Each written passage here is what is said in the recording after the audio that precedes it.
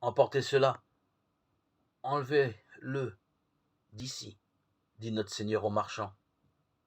Jésus ne repoussa pas les gens, il ne les réprimanda pas beaucoup. Il leur parla même avec bienveillance. Emportez vite cela, comme s'il voulait dire, ce n'est pas mal, mais cela crée des obstacles à la vérité pure.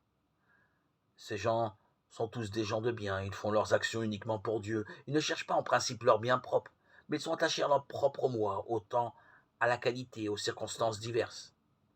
Dans leurs œuvres, un obstacle s'oppose à la suprême vérité.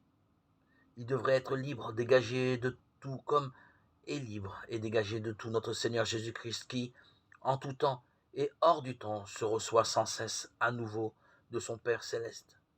L'homme devrait être aussi libre s'il veut se rendre accessible à la plus haute vérité et s'y établir libéré de tout conditionnement, sans être entravé par toutes les œuvres et les images dont il a eu connaissance, capable de recevoir à nouveau le don de Dieu et l'offrant en retour dans cette même lumière.